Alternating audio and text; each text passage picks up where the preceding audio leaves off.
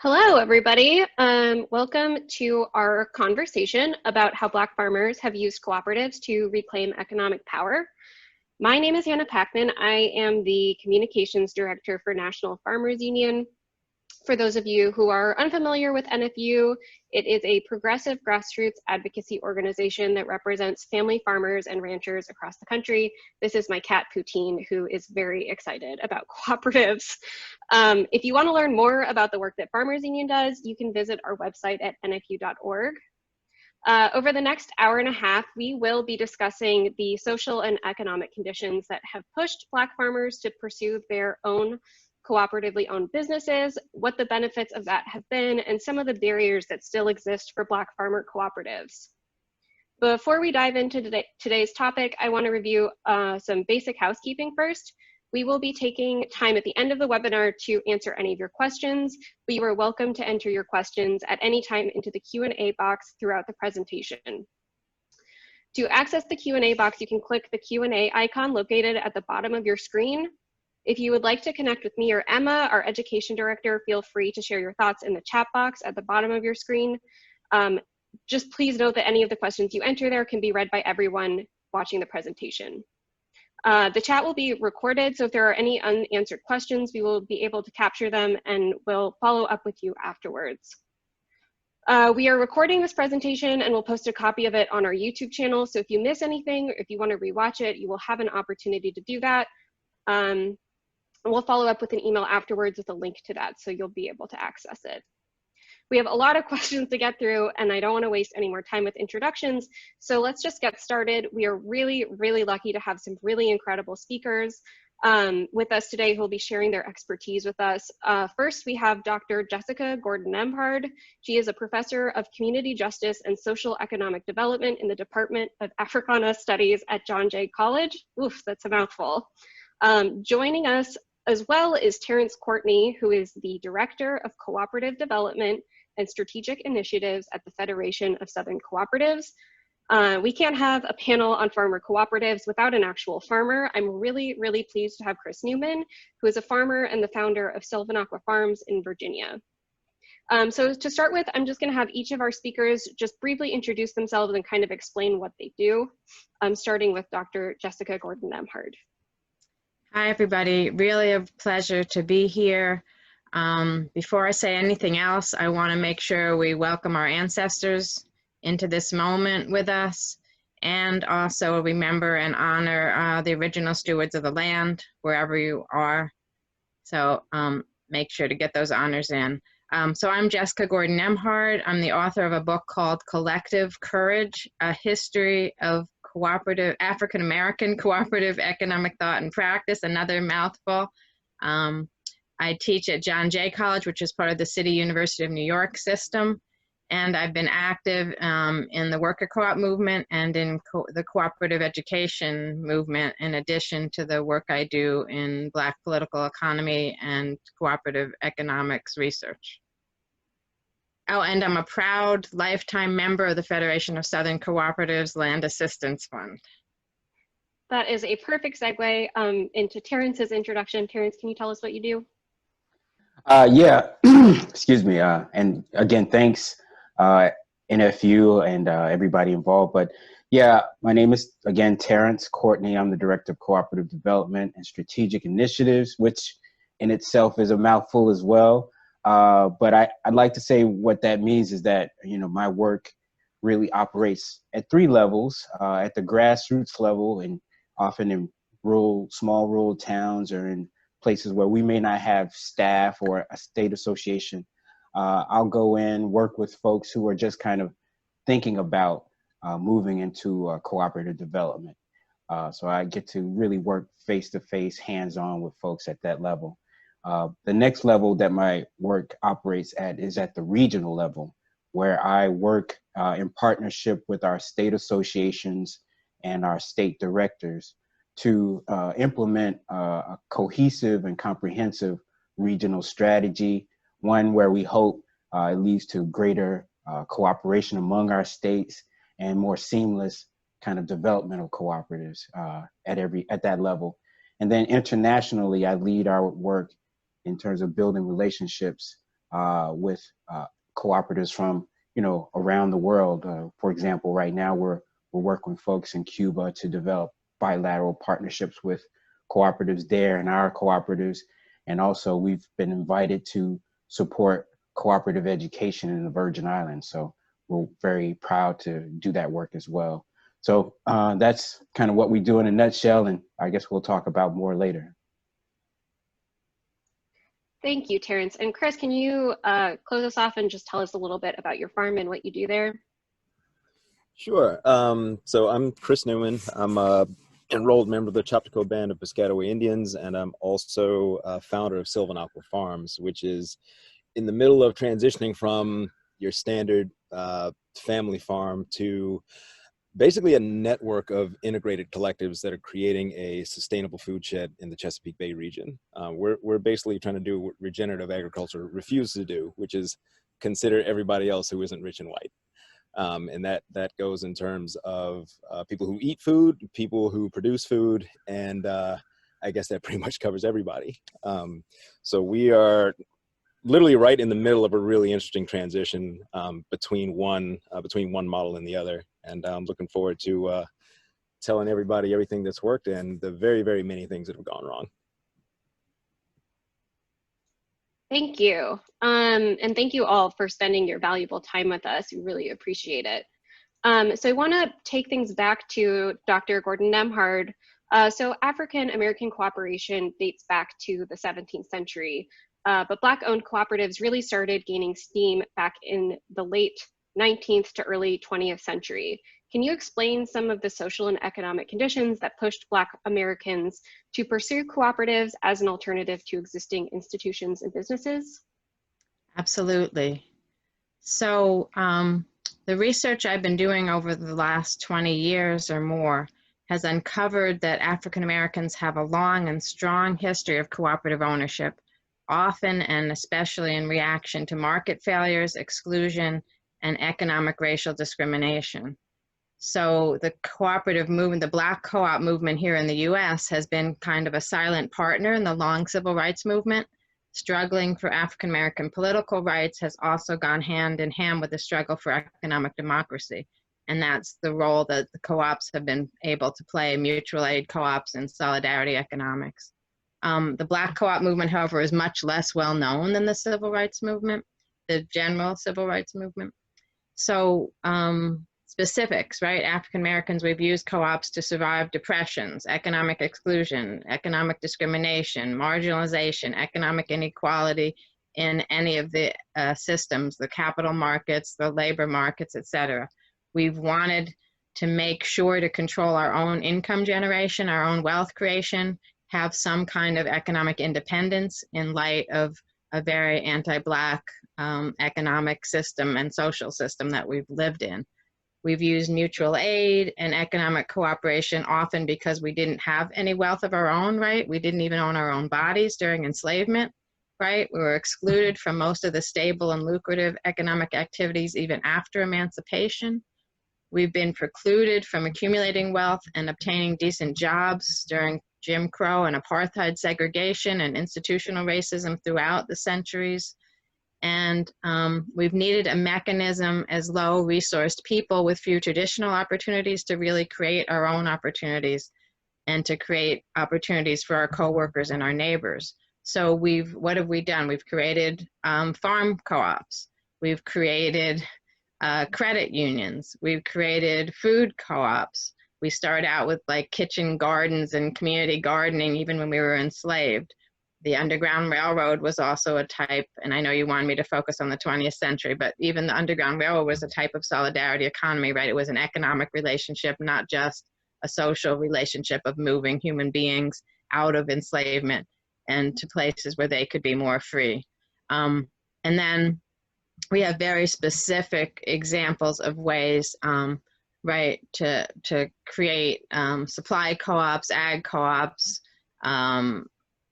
grocery stores so that we had better access to food. So by the time we get to the 1900s, we're doing formal cooperatives of all those types that I mentioned. By the 1920s, we even have the Colored Merchants Association, which is an organization of Black grocery store owners who are trying to combat the marginalization that the growth in chain grocery stores is doing, that's putting Black mom and pops out of business. And so they joined together to make a co-op. We also have housing co-ops, Black starting housing co-ops and joining housing co-ops for affordable housing and safe places to live. Health co-ops are even cropping up, especially by the 1930s and the Great Depression. We've got workers and craftspeople who need employment, who need safe spaces to work and fair pay, are starting worker co-ops, following a tradition from the 1880s where the labor unions were working on worker co-ops, et cetera.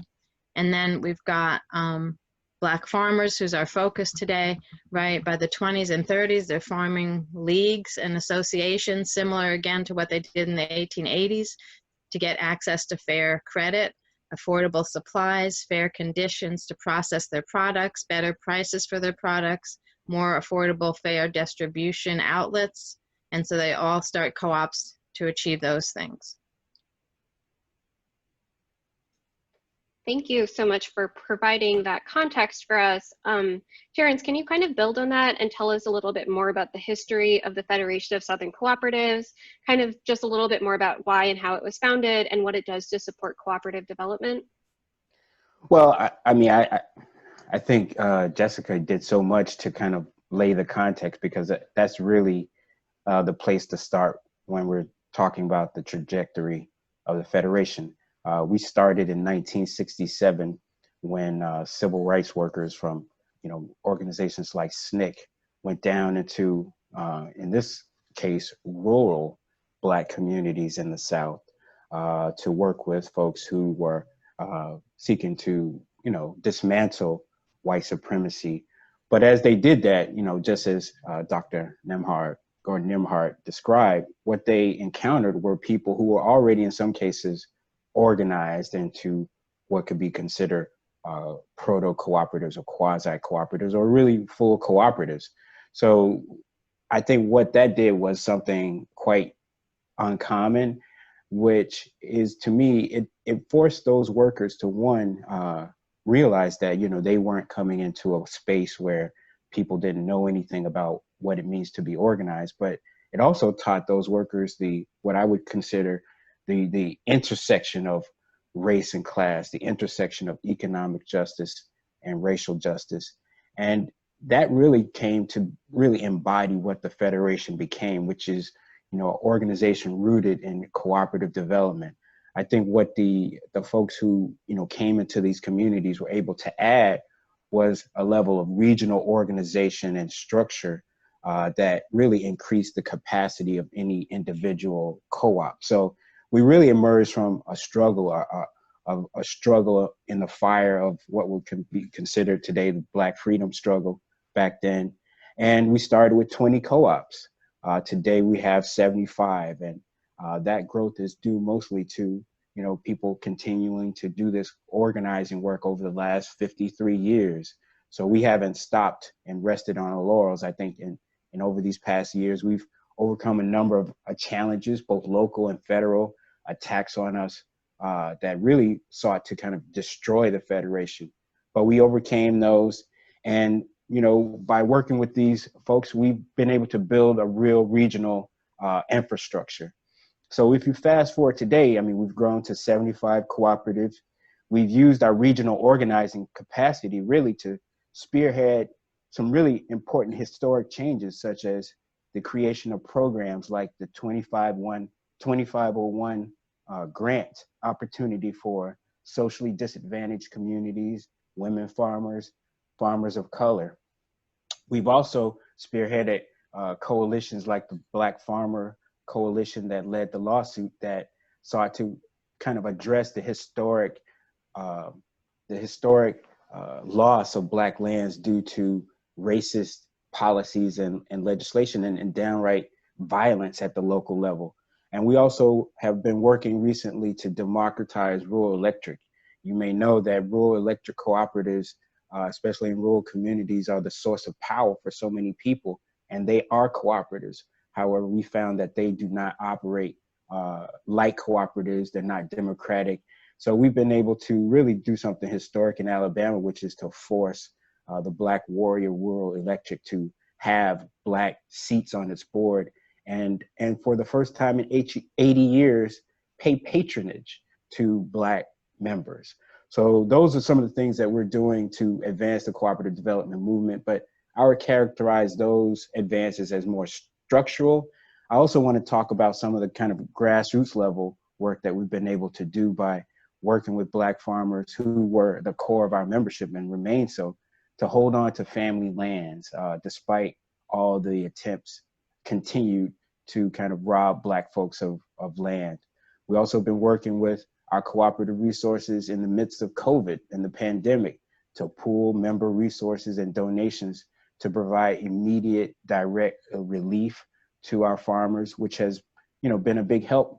But also we've taken this opportunity to use other programs to create new markets for cooperatives, for Black cooperatives and Black farmers, which have helped pull folks out of what would have been very desperate and dire conditions as a result of shutdowns.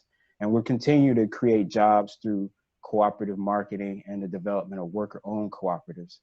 And finally, I'll talk about something we just completed last week, was our 9th annual Co-op Econ, which is an annual conference of cooperative education, because we believe that the cooperative movement, especially in the South, needs more education. This needs to become, popular among working class communities all over the South.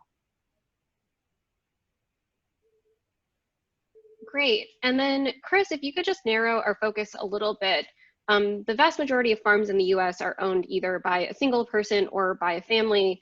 As you mentioned, your farm looks a little different than that. Can you talk a little bit why you decided on collective ownership instead of individual ownership? Yeah, I can do that. So agricultural economics are structured in a way where a lot of the value of being a farmer is in being a farm owner. There isn't a lot of equity in being a farm worker, and the degree of exploitation in that relationship is fairly jaw-dropping. It's nearly impossible to make a living as a farm worker. And farm owners tend to get most of their compensation through land ownership, the ability to mortgage it, the ability to capitalize on those mortgages for greater than the interest rates on those mortgages.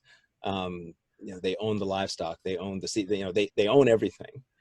And when you have half of farms that are reporting negative net income, yet these people are largely able to still exist on these landscapes, a lot of that is because food prices just won't really translate into living wages for people who work on farms, including owners.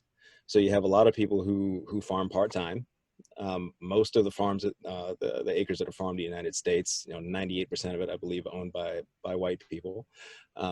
You can run a 1,000-acre farm on weekends, even during the busy season.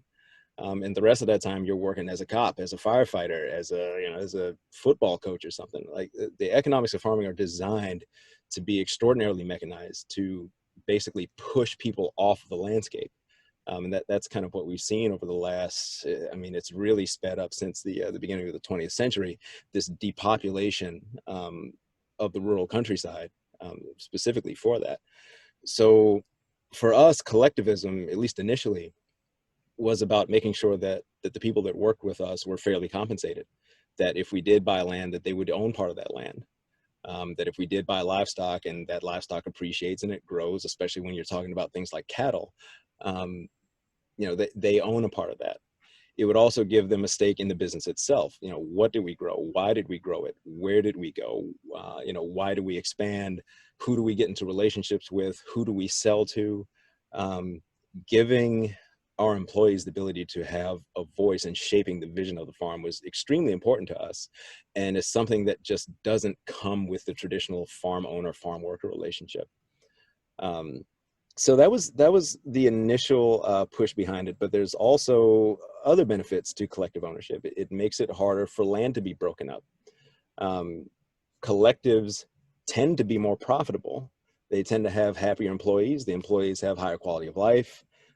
There's a lot of documentation and research that's been done into collective ownership models being fundamentally better for everyone, including owners, when it comes to quality of life, to distributing the ownership and making decision making and profit sharing and everything far more democratic. So those were some of the original reasons we went behind it. Today, we're becoming a little more complex than that. It kind of turns out that you can make your farm a collective. You can do everything you can for your individual farm, but what we fundamentally have in this country is an environment that is hostile to creating new farms, especially farms that are owned by people of color. There aren't enough processors. The distribution is terrible. When you go into rural areas, people are going to be hostile towards you coming in. Again, like the depopulation of rural areas was deliberate. And the idea of people coming in, especially people of color, especially people like me who are coming from urban areas, the idea of them coming in and saying, I'm going to create jobs, not only in the farm sector, but beyond the farm sector, because we need mechanics, we need plumbers, we need people that can maintain infrastructure on the farm that goes beyond agriculture. That's threatening to a lot of people, a lot of kind of incumbent wealth that's in these rural areas. These guys that are here are really enjoying the idea that, they have 6, 7, 10 times the voting power, for example, in the US Senate than people in urban areas do. And they want to keep it that way. So there's a lot of political pressure by town fathers in these small areas who are big fish in very small ponds, that just don't want this to happen. So for us also, collectivism was about having that group strength when we do kind of come into these areas, because what we are is we are Black people, we are indigenous people, we are women of color, God help them, like coming into these areas where we are not wanted, and to come in alone under that like individual or nuclear family farming model is just a complete non-starter. It's a way to just get driven out of town, one way or another. So yeah, collectivism was really about leveraging the strength of being together, something that communities of color have a lot of experience with. We've never been able to like do the rugged individualism thing that white folks have been able to do, because we're alone. This country was never for us. The economics here were never for us. This was not meant to be our country. We were not meant to succeed here.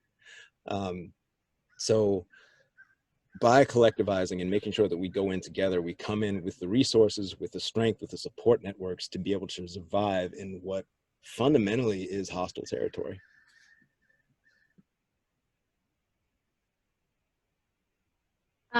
So Dr. Gordon Nembhard, you had mentioned that part of the reason that Black farmers had sought out cooperatives was because of some of the violence and intimidation they'd faced in sort of more traditional economic systems.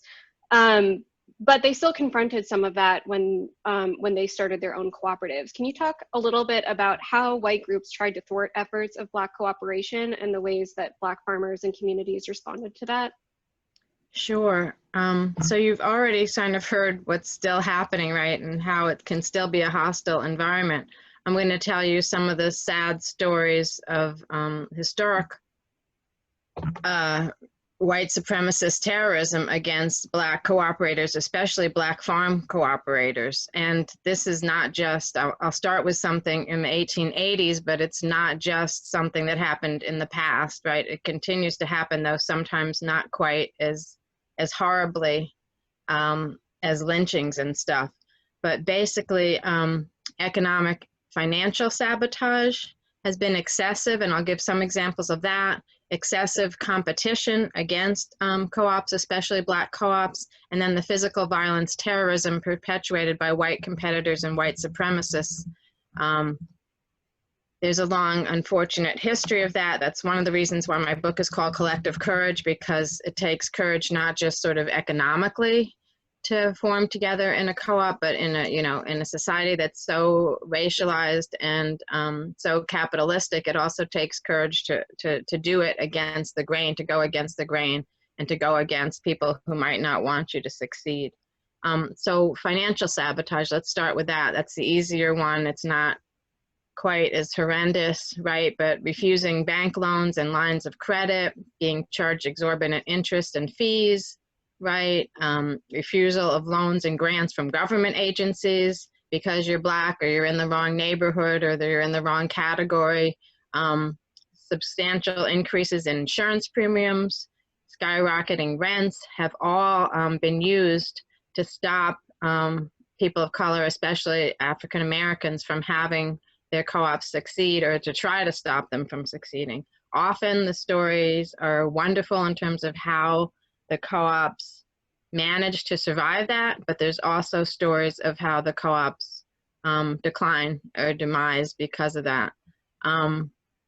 Unfair competition, excessive and unfair competition, you know, outpricing or underpricing the co-ops and being able to hold out much longer because you're already established business, that kind of thing. So white competitors have been doing that kind of thing. And then I was going to focus on a couple of examples of white supremacist terrorism. First, the persecution of the Colored Farmers National Alliance and Cooperative Union. The Colored Farmers National Alliance and Cooperative Union. We love all these long names, but you see they were trying to combine a bunch of things, right? The National Alliance movement was a certain kind of movement, and Blacks needed their own separate national alliance. They were a cooperative union because they were also promoting cooperative economics and co-op ownership of land and of work. And they were a union because they were actually unionized. They were also a political party, part of the Populist Party in the 1880s. But even the White Farmers National Alliance, the Southern Farmers National Alliance, which was the white version, who were also doing co-ops, were not always supportive of the colored farmers. But separately from that, we've got examples like in Leflore County, Mississippi, 1889. The plan for the Colored Farmers National Alliance and Cooperative Union was to reduce white merchants' monopoly, right? To stop African Americans from doing business with them and to do their own, right? So they wouldn't go into debt anymore. They could buy their own supplies from themselves, the stuff I talked about earlier. Well, the white business community was not having it. They were so angry that this was happening and that the Blacks were organized and the co-ops were working. They started defaming one of the leaders and threatened his life. The rest of the union vowed to defend their leader and wouldn't back down. And so the whites used force. They brought in vigilantes, Ku Klux Klan members. They beat up African American members of the co-op. They killed some of them in their homes, and they shot and hung, lynched others.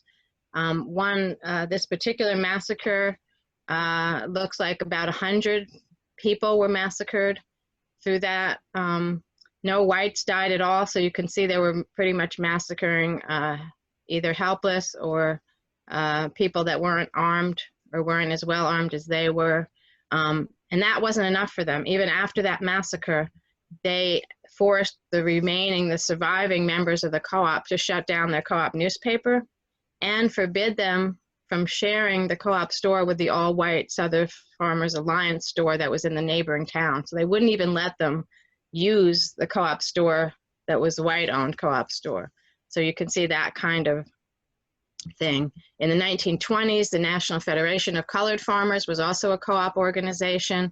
They were attracting more and more members because, again, they were getting wholesale prices that were much better than what Blacks could buy through the white landowners' stores. They were able to provide loans so that some Blacks could start to buy their own land and become their own farmers, right? So tenants and sharecroppers joined the organization. It got really big. This was Tennessee area and throughout the South, but in Tennessee, the white planters and merchants decided to put them out of business. First, they questioned their registration rights and tried to get the state to shut them down, but luckily they had registered properly with the state, so that didn't work. So then the white landowners stopped giving the tenants and sharecroppers cash advances because that's the money that was being used to put into the co-op to buy in bulk and to not use the white landowner stores and stuff. And so they reduced the money that co-op members had to put in the co-op, but that still didn't stop them. A white county agent accused the co-op of swindling their members and took them to court, but they survived all that, and they actually survived for about 20 years. So that's a happy ending to that story. Terrence mentioned Federation of Southern Cooperatives. By 1979, they were under attack. An Alabama House of Representatives member actually accused them of misusing federal funds. There was an FBI investigation, a grand jury hearing. After a year, the Federation of Southern Cooperatives was actually found innocent of all charges. But meanwhile, they had a loss of about probably $1 million in fundraising. They had staff time to defend themselves, costs of legal defense. They lost federal funds, and it took them years to recover. Two more last examples, and then hopefully we can spend more time on, what we can do about it and not the sad parts. 1969, New Communities in Georgia was the first official modern community land trust and a cooperative. They also talk about how their offices were shot at, their fertilizer was diluted, their water was spoiled, they couldn't get loans, they struggled for 15 years, their land was finally foreclosed on them in 1985, but they joined the Pigford versus Glickman court case and were part of the settlement and actually got $12.8 million in restitution in 2010. And so recently they've been able to buy more land and start over again. So again, a good ending to the story, but years of unnecessary frustration and problem. And then just for one urban example, in the 1970s, Apex Cab Co-op, which started in Milwaukee, Wisconsin, only was able to last about 18 months. They were the only Black-owned cab company in Milwaukee, and so they were the only ones who would go into Black neighborhoods, take their customers into Black neighborhoods. So their insurance premiums skyrocketed, and they couldn't afford insurance, and of course you can't have a cab company if you don't have insurance, and so they had to go out of business. So those are some of the examples, as I said, some really horrendous, sad stories of lynchings and stuff, but also some pieces of the stories about, restitution and redemption and how we can survive these things. Thanks so much for telling us a little bit more about that. So hopefully some of the more literal violence and some of the more explicit discrimination is not as common anymore. But Terrence, can you tell us if some discrimination still exists for Black farmers who are looking to start and continue operating cooperatives, and what can be done to kind of eliminate that kind of discrimination?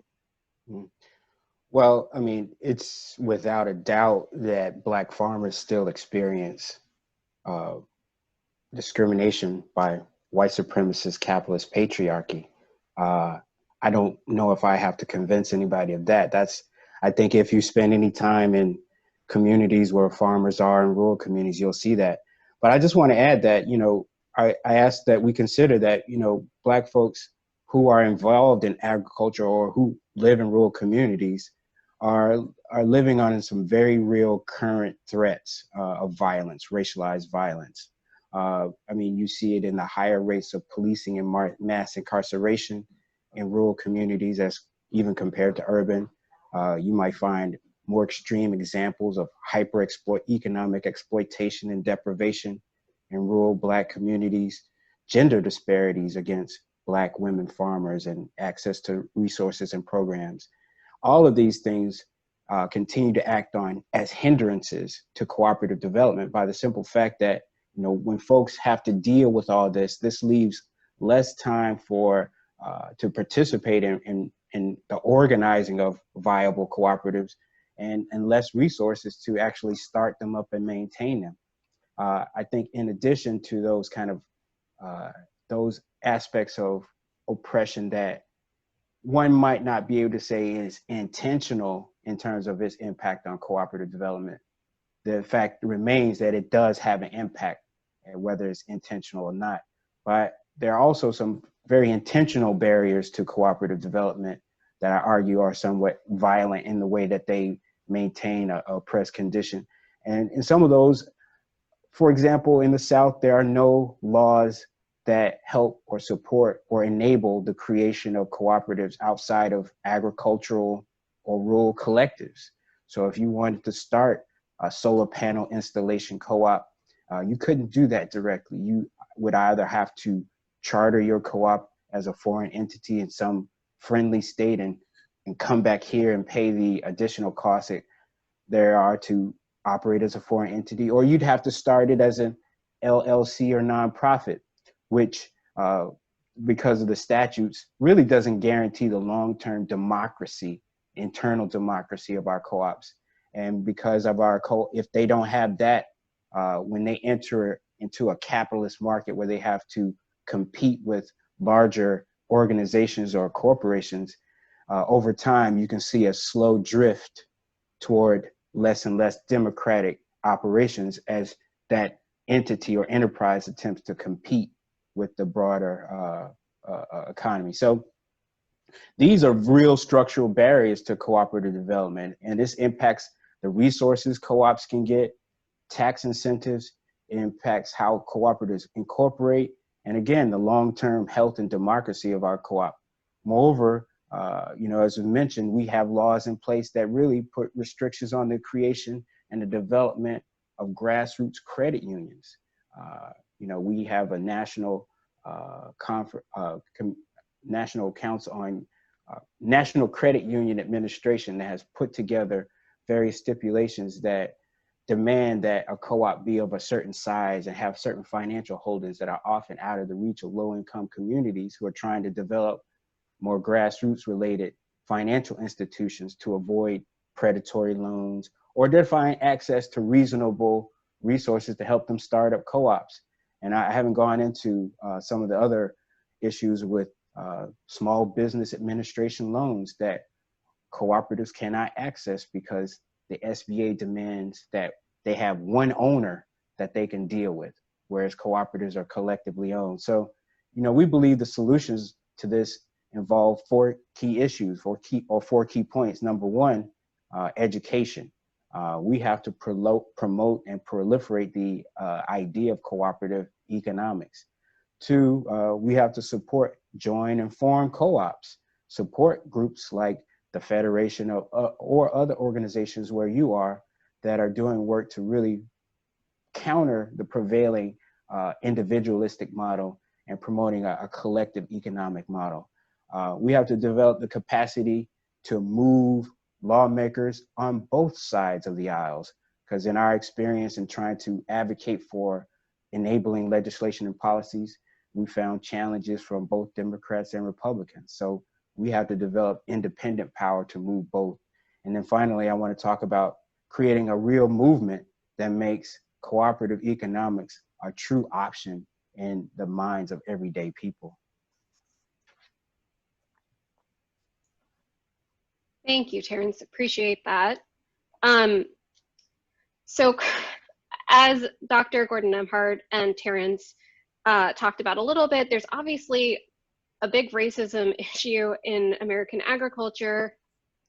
And it seems like in the recent months, there's maybe been like a teeny bit of progress towards addressing it or at least acknowledging it. Chris, can you talk a little bit about if and how you see collective farm ownership and your farm specifically as an antidote to some of the discrimination and prejudice that's too common in the farming community? Yes. Yes, there's definitely been progress, like since my grandfather's day when white people would light his combine on fire because, screw him. Yes, a Black person can generally walk into like the seed co-op and expect that there will not be a hate crime that day. There's progress in that way. There's also progress in the notion, especially since the murder of George Floyd. It's really opened the eyes of a lot of white people towards the fact that racism is not just a thing that wears a hood and burns crosses, how endemic it is in all of our institutions and our systems. And it's made white people open to helping, including opening their wallets, which has been a thing that's been really hard to do. So in terms of how collectives and co-ops deal with that, I mean, I can just give you an example. Like if let's say that you were like me in 2013, starting our farm, and instead of starting where we did, which was in relatively liberal Charlottesville, Virginia, we decided to come where we are now in the Northern Neck, which is like deep red Trump country. You come here, they're not, they're going to be suspicious because you're black, but as long as you're a good boy, you're generally not going to get messed with. But you come in knowing that the seed co-op is white. The people that sell you your supplies and your tools are white. The people who hold your land leases are white. The people who own the restaurants that you sell to are white. The grocery store owners are white. Everybody's white. Everybody you depend on is white if you're going to come in into a rural area where land is actually accessible, and try to start a farm as an individual or as a family. All of your supports, everybody you buy from, everybody you sell to, does not look like you. And there's really nothing you can do about it, which is a lot of why our system has now gone towards, you can only make your farm so good, but then there comes a point where you depend on other people. And you need to create those dependencies in a way that are friendly toward you. So right now, our organization isn't so much on saying, you know, how do we make Sylvan Aqua Farms as efficient and profitable as it can be? It's more, how do we create a food system that makes capital available to the farms? How do we make capital available to restaurants? How do we set up our own food trucks? How do we set up our own auto mechanic shop so that if I accidentally wear a Black Lives Matter t-shirt into the local yokels like auto shop, suddenly they don't have any appointments open for me anymore. You basically have to create an entire economy. And you kind of have to do it a little bit at a time. And there's really no resistance towards that from rank and file white people, believe it or not. Because the people here, the poor white people, like the regular ass white people that are around here, they need those same services. They would love to be able to buy from more than one seed provider. They would love to have somewhere to work other than that one auto body shop and that one diesel mechanic. They would love somewhere to work besides the one feed mill. They would love to work at a different abattoir, a different butcher. You know, there needs to be rural economic development here, and people are thirsty for it. It's just that there's a minority that's in power that's concentrated that power to themselves. They tend to own everything. When you're out in rural America, it's a lot like a tin pot dictatorship out here where there's the resource curse, right? Like there's one big resource, and out in rural America is land. Whoever owns all the land can say who comes and who goes, what you can do and what you can't do. They tend to be the mayor. They tend to be on the county council. They tend to be the county executive. They're on the school board. Like they control everything. And they depend on these places being and staying depopulated. So coming in with a collective structure like we are, and also, and I think this is key, being fairly well funded. You know, you come in with a bunch of white people's money from the city, and you're really able to come in and disrupt like what people are doing here. The fact that you can come in and offer cash for land and there's nothing that the rich old farmer can do about it.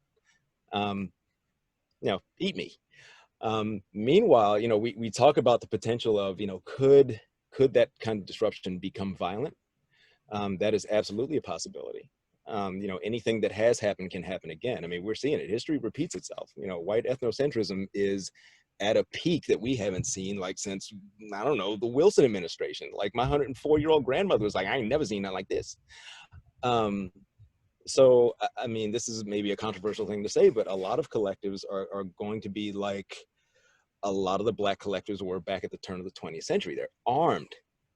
Here, we're armed. We have thousands of rounds of ammunition in this house and in the places that we have, because we never know what's going to happen next, especially, you know, like in the next week or two, of what can happen. But anyway, the collective structure, what it really does is it provides the resources you need to disrupt an entrenched agricultural system that does not want to change.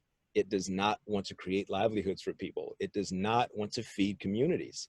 It doesn't want, you know, it tries to suppress democracy, not encourage it. You know, as many American flags as they want to wave or whatever, like it's some of the most anti-American ideals you could possibly see. I mean, it's like feudal Europe over here in a lot of ways. So I think a collective gives, especially people of color, the resources we need, not only in mutual solidarity, but frankly, the money. It's one thing to like go into a farm with your own life savings. It's another thing to have like 20 or 30 people and say, we're going to pool all our resources. And because we have all these resources, you know, like we used to say in the consulting world, money attracts money. You're going into a place with like a big plan to create a whole new rural economy, and you've got like $500,000 in your war chest. Suddenly rich people want to add their $500,000 to it. And next thing you know, you can come into an area and have, 8 figures in your bank account ready to start something for real. So like give them hell and make a new economy in that place. And I don't see how anything could do that, honestly, other than a collective.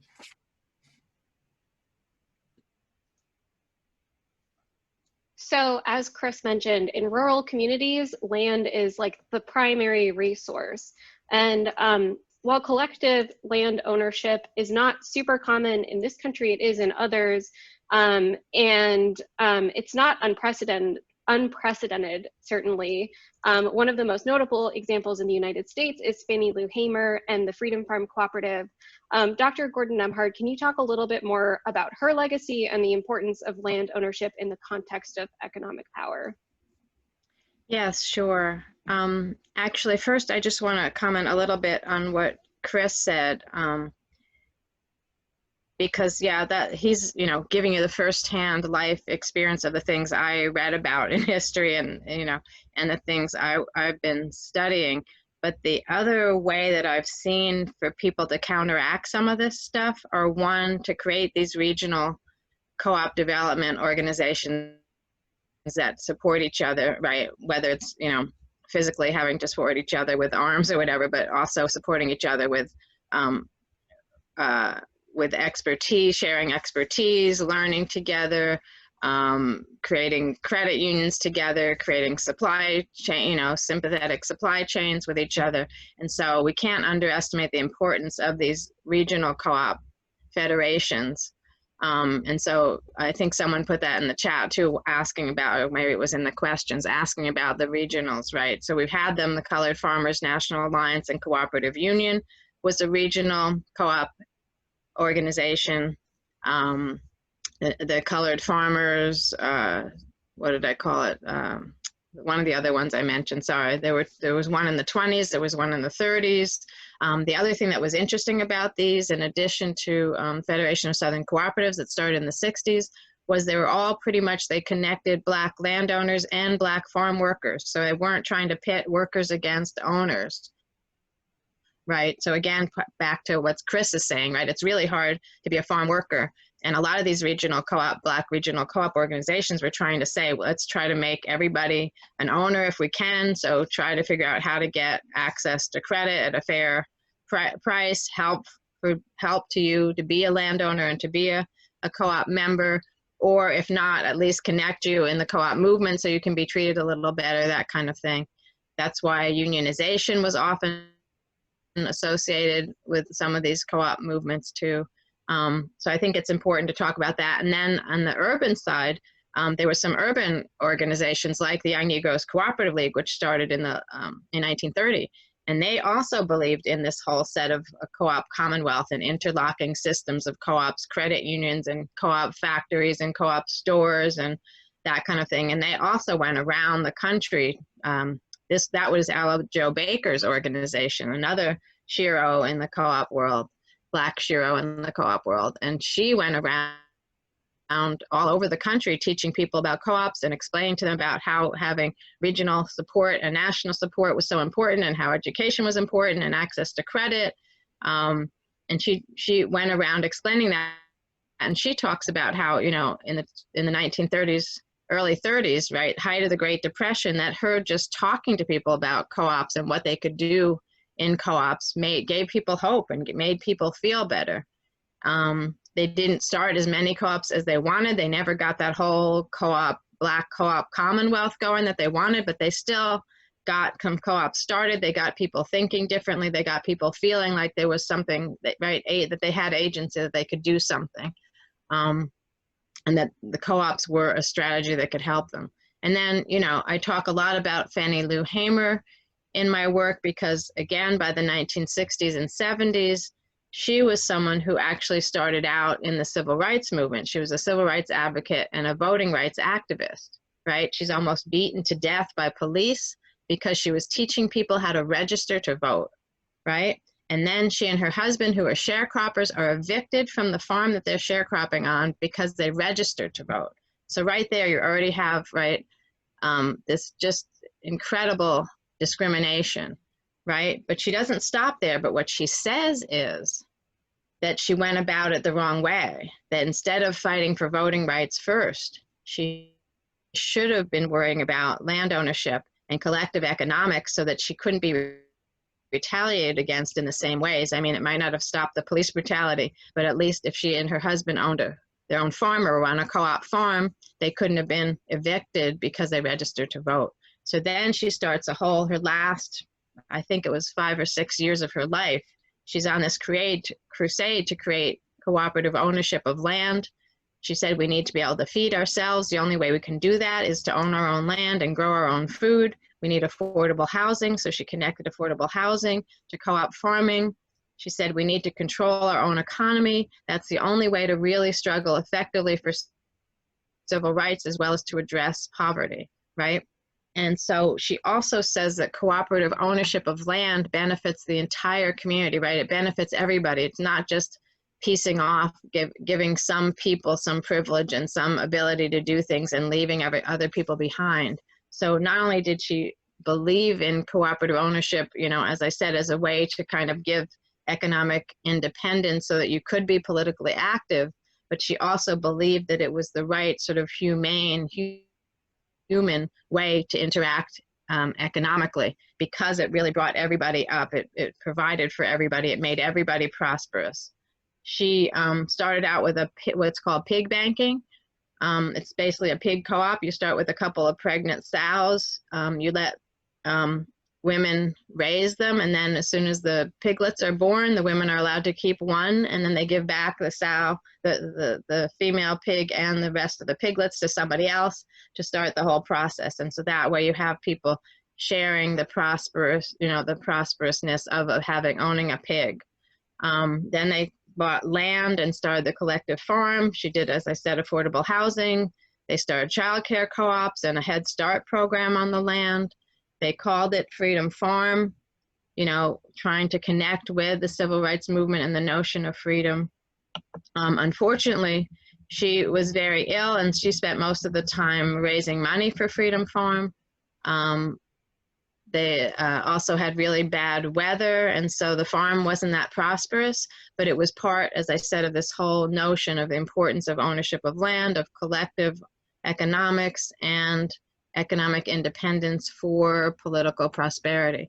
I do want to say that even though Freedom Farm is more of a symbolic process for us and more of the philosophy of what we want to do, there were actually a lot of other successful co-op farms in Mississippi and in the South. And this is the same time as the Federation of Southern Cooperatives is starting to work. And so a lot of those 22 founding members of the Federation and a lot of the early co-ops that the Federation helped to create were very successful Black-owned farms like North Bolivar Farm in Mississippi, et cetera. And so even though Freedom Farm didn't last as long or do as well as we would have wanted it to, it was part of a system of co-op farming or a process of Black co-op farming, and we have lots of other examples of how they did do well, and how they have been successful using that strategy.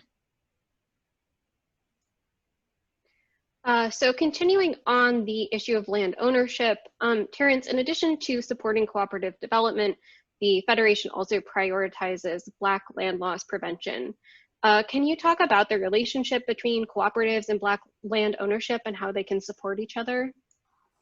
Yeah, well, I mean, when you think about agricultural cooperatives, especially for Black farmers, I mean, that land is perhaps the most fundamental issue in forming and maintaining this cooperative model, agricultural model.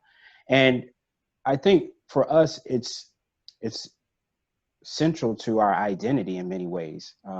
Dr. Gordon Nembhard kind of talked about some of this, but I just wanted to elaborate, because when you consider the time that, you know, especially in rural communities where desegregation really was not fully in place, where you still had some of the kind of strong vestiges of Jim Crow, active violence in the way, even in the late 60s, what the civil rights workers found were just as it was discussed, those individuals often best able or in the best position to participate in civil rights work were often those who had some land, some measure of economic independence.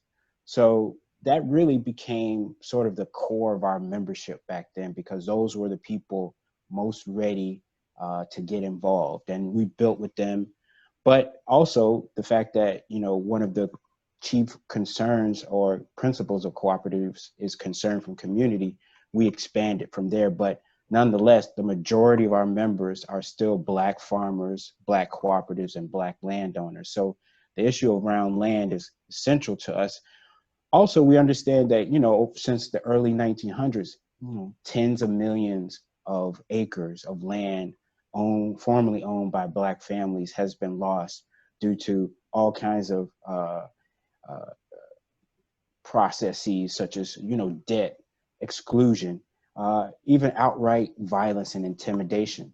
And this is an ongoing process. So one of our core pieces of our mission is to stop this process of Black land loss. Now, having said that, it's a little bit different from what Chris describes, which I definitely support.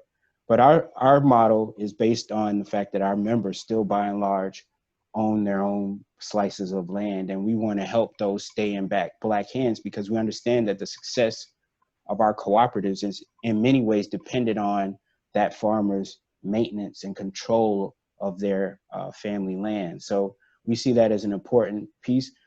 Also, just in terms of building economic power for Black folks across the South, especially in rural communities, access to land can be a game changer with the right strategy. So it's this question of land and cooperatives go hand in hand for us.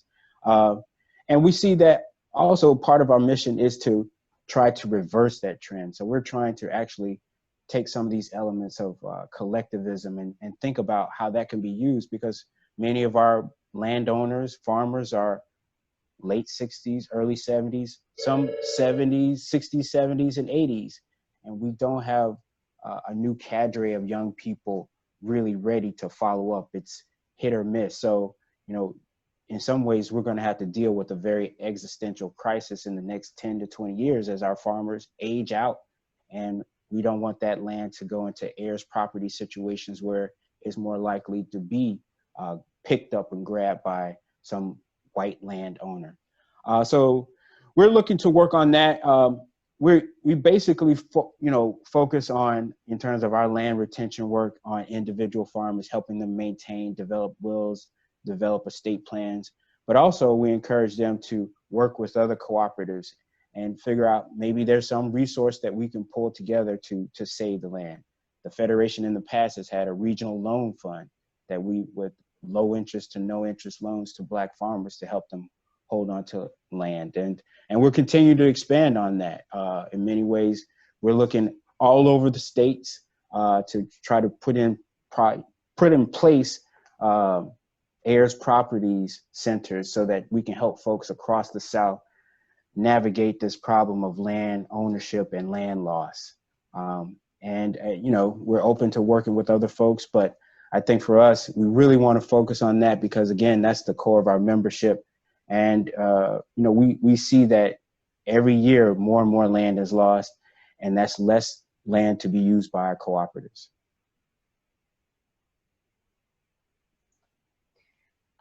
So Chris, I'm going to ask you to talk a little bit more about the issue of land ownership, which is one of the biggest barriers to entry for first-generation farmers. Do you think that collective ownership can increase access to land and open doors to more and more diverse farmers? And do you see that there are other benefits when more people own the land rather than just a handful of owners who lease out land to farmers? So I'll say the controversial thing that I always say. I don't think land is the biggest barrier. I think it's just often the first. I think there's a lot of problems that farmers run into when they get onto the land. The issue is not getting land; it's keeping it. Land is, you know, once you get it, it's hard to get it, but once you get it, there's a lot of other things that are usually going to drive people off the land. I've seen lots of farmers, you know, would-be farmers, get a hold of a piece of real estate, whether they own it, whether they lease it or whatever, and then there's about 10,000 other things that are waiting to, like,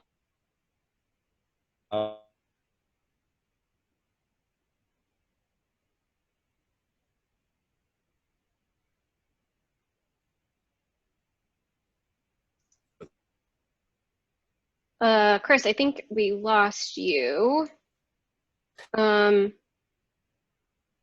on. Maybe? Yes? No? All right. I might move on to the next question and we can come back if Chris is able to get connected again. Dr. Jessica Gordon-Nemhard, I know that Terrence talked a little bit about some of the structural issues and some of the discrimination that Black farmers have faced when founding cooperatives. It's pretty clear that this has made it pretty difficult in recent years. In the last decade, only 28 new credit unions have been founded. Can you tell us a little bit more about what's so challenging about starting new cooperatives and credit unions specifically, and if there's anything that we can do to support their growth? Anything that we can do? I think you muted yourself. Anyway, I'll just start. So let me start with credit unions, and Terrence hinted a little bit about this already, but the biggest challenge to starting new credit unions right now are the federal regulators, the regulators from the federal government. The Credit Union Administration, I think is what it's called, right? They have been very reluctant and slow to approve any new credit unions, especially the smaller community development credit unions and the smaller Black-owned credit unions, as Terrence said. The excuse they use is because they actually have been merging the existing small credit unions with larger ones because they believe larger credit unions are more viable and are the route to go. So they don't want to keep starting new smaller credit unions when they're already getting rid of as many of the smaller credit unions as possible and merging them with larger ones. So they're more in favor of branches or large credit unions. So that's a huge problem because we know that more of the Black-owned credit unions are small, and we know that community development credit unions are more able to support low-income people, marginalized groups, and people of color in the way that they're organized. And their purpose of community development credit unions is to address issues of community development in low-income, no-resource communities. So it's a huge struggle to get the federal administration to change that, the credit union administration. And so really the biggest thing there is to challenge that policy and to try to figure out how you can change their policy, their outlook. But in general, I would say, and I think Terrence also talked about this, you know, information and education are one of the most important things that are needed to start a co-op. I know Chris also was starting to say there's a lot of issues about holding on to land and keeping the co-op going and keeping agriculture going. But I like to focus on the education piece because that's stuff we can do, all of us can do, right? And I'm not talking about being formally educated or needing a degree in cooperative economics. I'm talking about real collective learning about, right? How do you start a co-op? What is a co-op? What does it mean to cooperate? How do you make decisions together? What are strategies for making good decisions? How do you do conflict resolution and conflict training, right? Pretty much all the co-ops that I learned about started with some kind of study group, so people realized that studying together and learning together were important. The studying and learning together create that sense of solidarity, cohesion that helps to keep the co-op going, right, once you start the co-op. So making sure we've got, right, resources and attitudes and materials, right, to do proper co-op education, I think are extremely important in rural and in urban areas. A lot of the materials, I mean, thank goodness we have the Federation doing co-op development, but a lot of materials don't have Black and brown faces in them. They don't talk about the history of the Black co-op movement. They don't highlight Black co-ops. And so people don't even realize, you know, how viable cooperative ownership is for our communities. We also don't necessarily have really, what do you call it, popular education models for how to do co-op development. Again, things have gotten better in the 21st century, but I think I'm still on a crusade to really change our materials, to be much more hands-on, much more reflective of different peoples, right? Much more, talk about more about the universalism of co-ops and cooperative principles. Things like that I think are really important. And then I think everyone touched on it already too, but the other piece is about the fact that we don't have good, strong federal uniform co-op incorporation policies, right? Right now, co-ops are incorporated state by state, and every state has a different co-op law. And I think Terrence also was the one who said this. In some states, you can only start an ag co-op and a credit union. You can't do any other kind of co-op in that state. So you have to go to a different state and incorporate and then get a license to operate in the other state that you really want to incorporate in. So we need uniform federal incorporation laws. We need more federal enabling laws. We need more money going, right? Going to co-op development, going into co-op education. I have an article about the sabotage against co-ops being a case for reparations. And I talk about how financial reparations should actually be going to regional co-op, regional and municipal co-op development centers that are controlled by Black and people of color, and to use the money to do more and better education, and to have non-extractive loan funds and grants available for co-op development.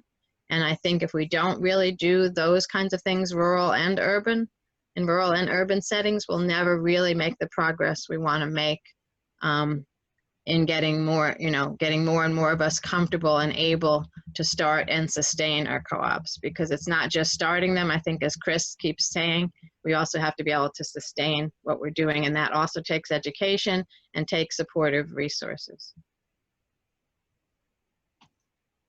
Thank you so much. You make some really, really good points. Hoping that Chris will be able to rejoin us, but in the meantime, Terrence, I have a question for you.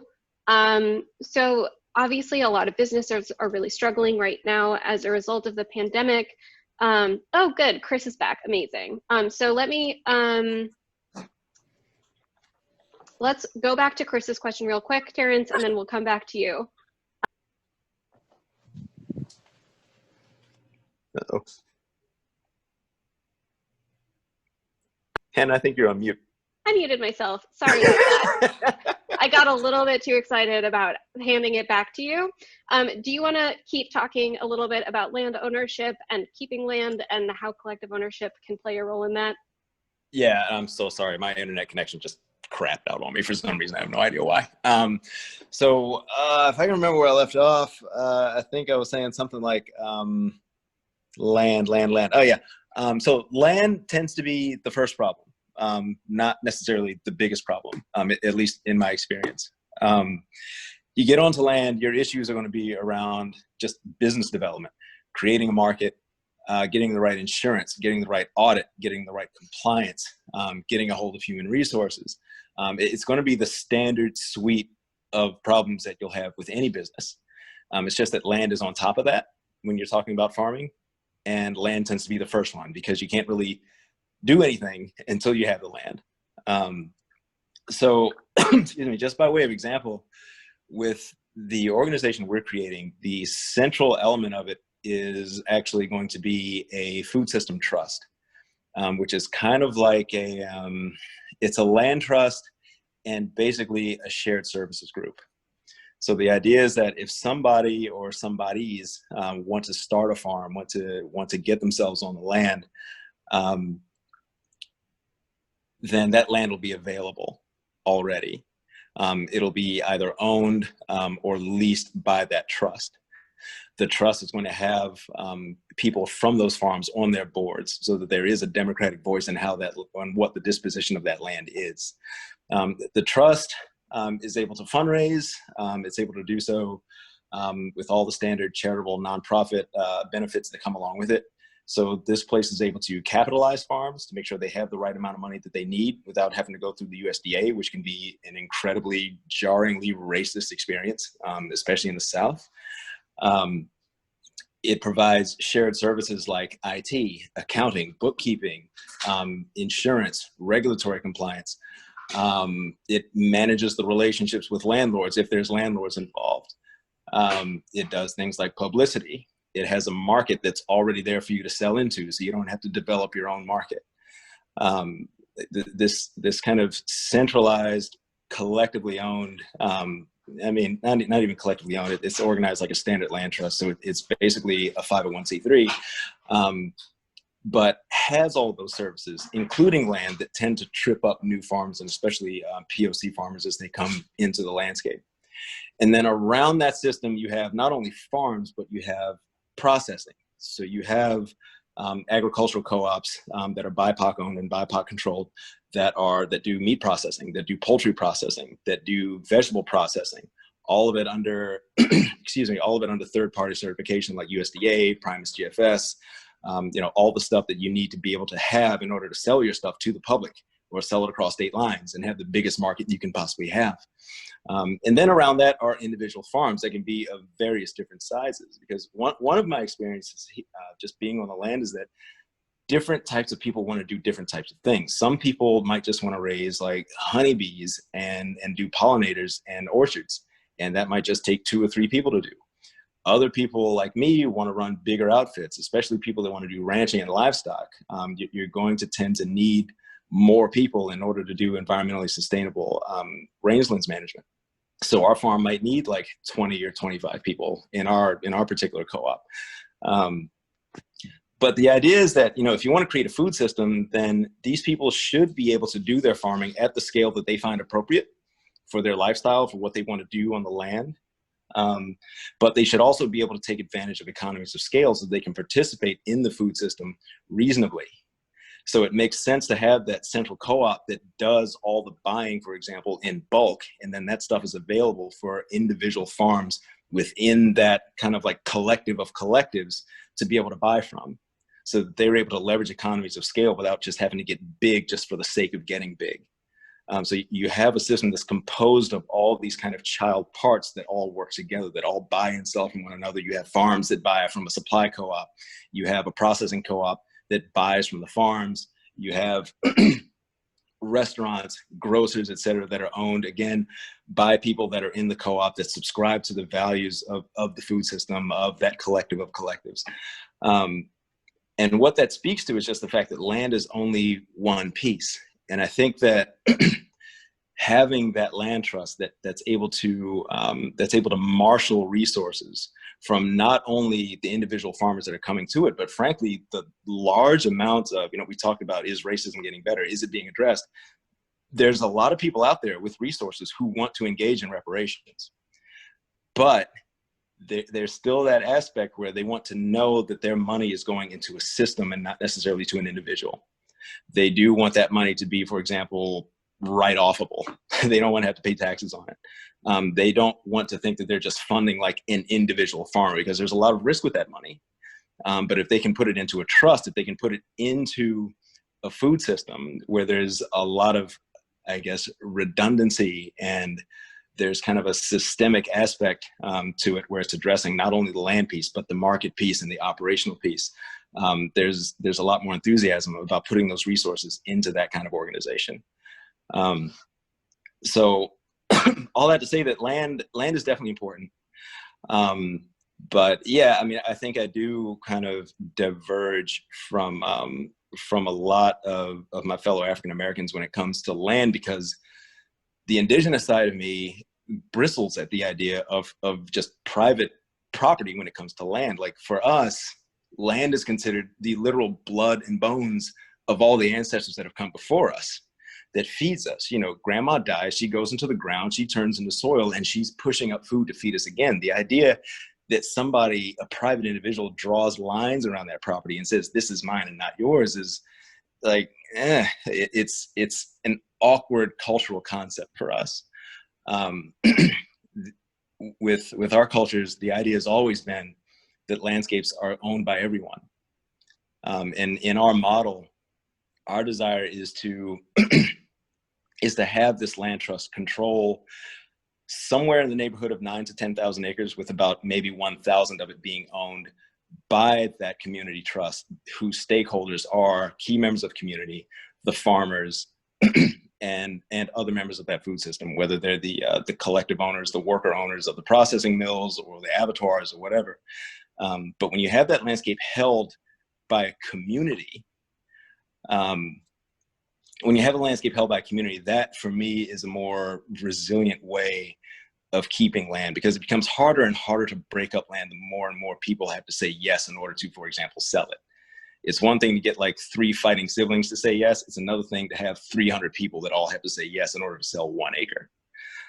So that's kind of where we're at. But I do think just in terms of that, collective ownership is kind of the only way to do that, really. Is the only way to have that model where quote unquote ownership of land or control of land is distributed among a large group of community stakeholders with a common purpose and a common reason for wanting to be on that land in the first place. I think collectives are the only real way to do it.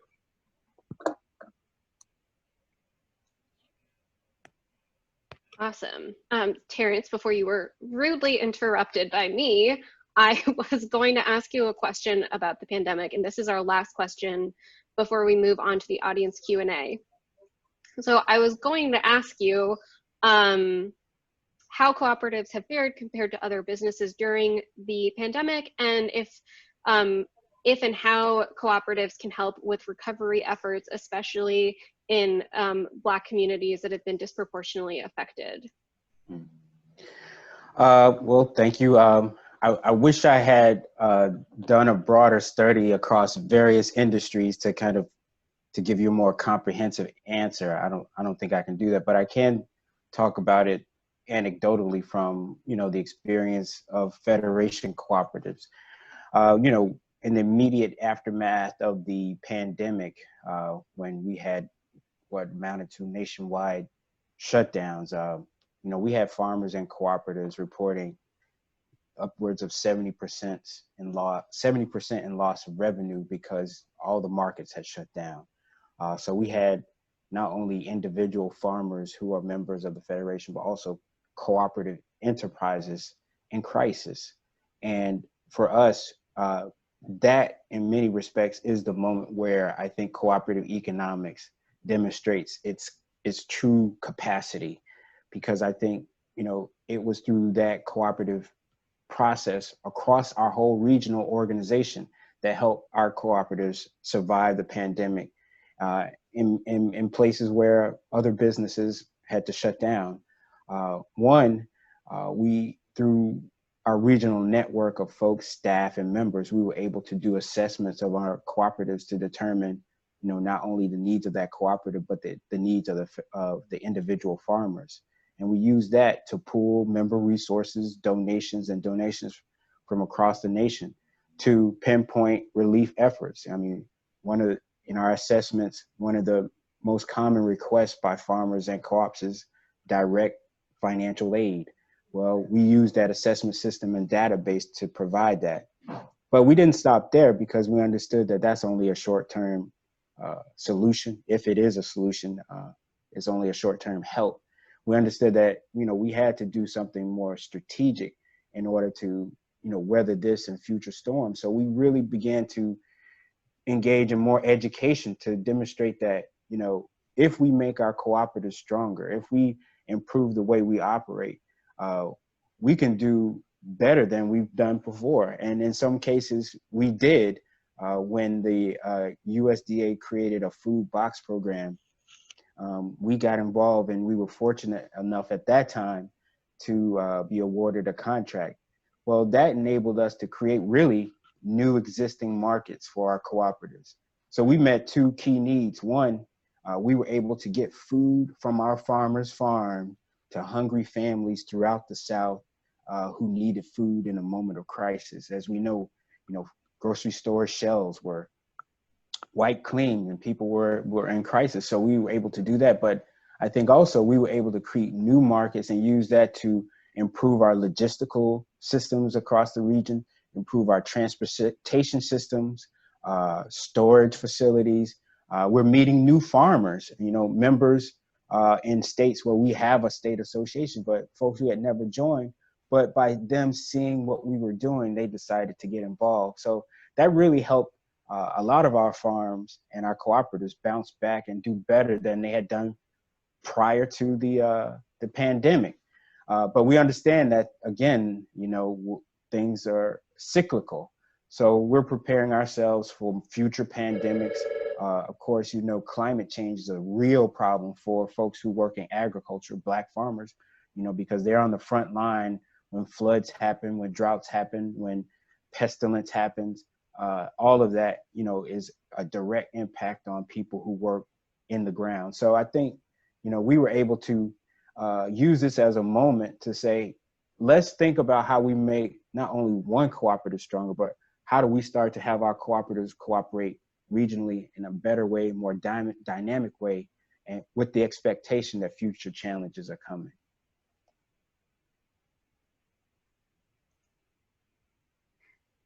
Thank you all so much for giving some really, really great answers to these questions. We have a couple of other questions from our audience here. Since we were talking about climate change, we can start there. James asks, agriculture is a hot topic in pending climate legislation. What's missing from those discussions, and how are Black farmers engaging with policymakers in that space? Any of you are welcome to answer this question.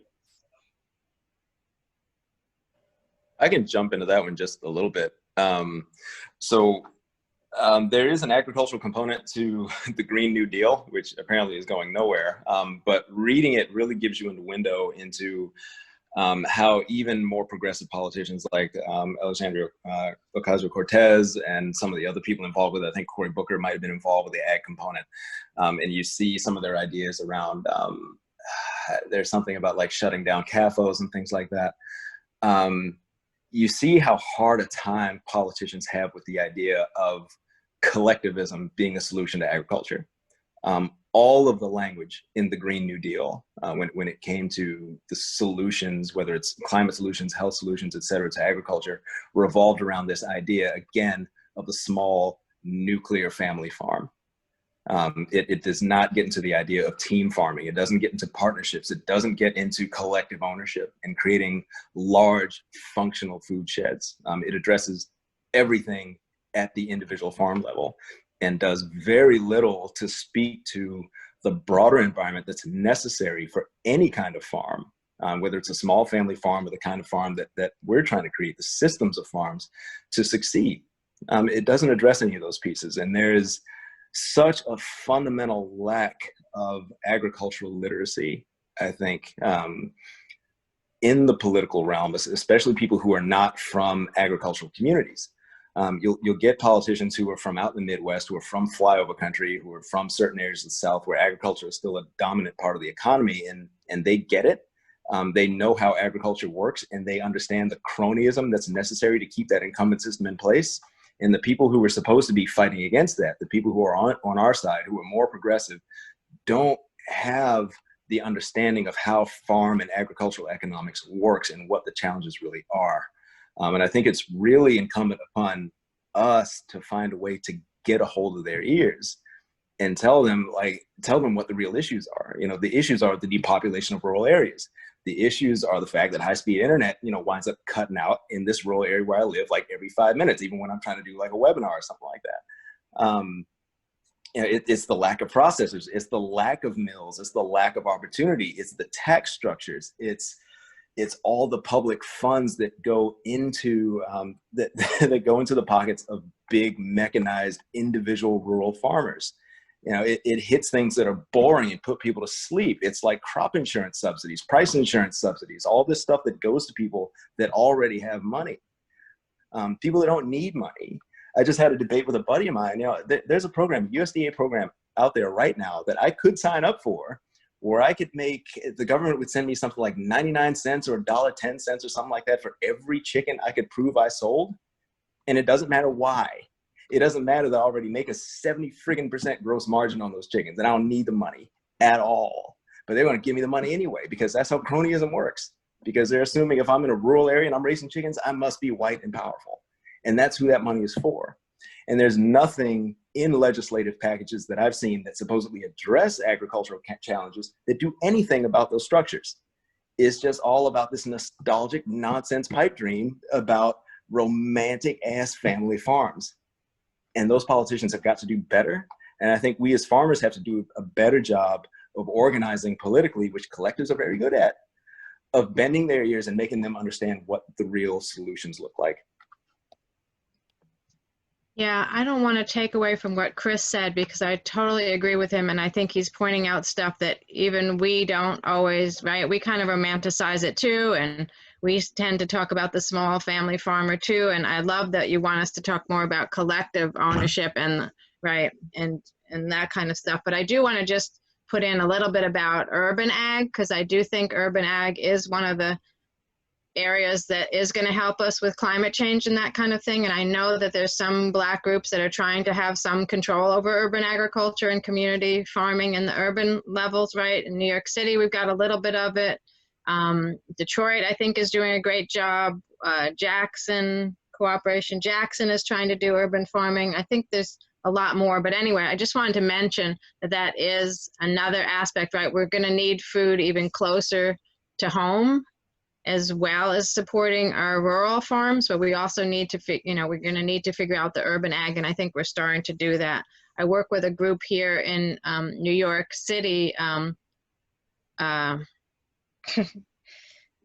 green worker cooperatives, right, which helps to start worker cooperatives in green industries in urban areas, particularly in the South Bronx, and that's also really important, doing organic farming, composting, other kinds of green stuff. So making sure that the green jobs are really worker co-ops, are collectively owned, that what we do, even wellness stuff, working with doula co-ops and other kinds of wellness co-ops, marijuana growing, right?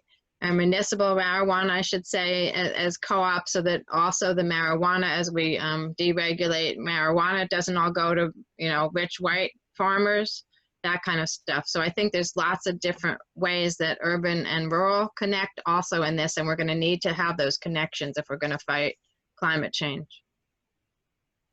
Well, I agree with both Chris and Jessica on the points that they made. With my time, I'd like to say, at the end of the day, I think what we have to do is we have to build an independent political capacity to drive both parties. In our experience, especially in the Mississippi, where we attempted to move co-op friendly legislation over a 6-year period, we see from time to time a segment of the Republicans would support it, then a segment of the Democrats. But what we found is overall, the folks who were against it were united, both Republican and Democrat, against cooperative friendly legislation, because they see any kind of collective organization or worker organizing or labor organizing as something antithetical to the system itself. So I think no matter what the issue is we're trying to drive, be it enabling legislation, climate change, we have to build that independent capacity to drive both parties. But I also think that we also need to work at a grassroots level. What we've been doing here with the Federation is really working in the Black Belt region, just one county at a time, because we understand if we can't move a county commission, we're not going to move a state, and we're not going to move the nation. So we have to start to build the capacity to move legislators within arm's reach and build out from there. Thank you so much. I just want to be really mindful of time, because I know some of our speakers have to leave right at 3:30. So unfortunately, we're going to have to end there. I know we have a lot of other questions we didn't answer. If you have any burning questions, you can email me or Emma, and we'll do our best to answer them.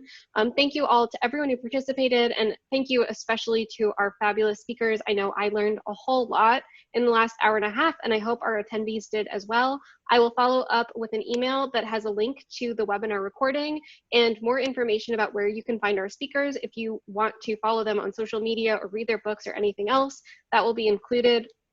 Thank you so much, and have a great rest of your day. Thanks, everybody. And you'll save the chat too, right? Yes.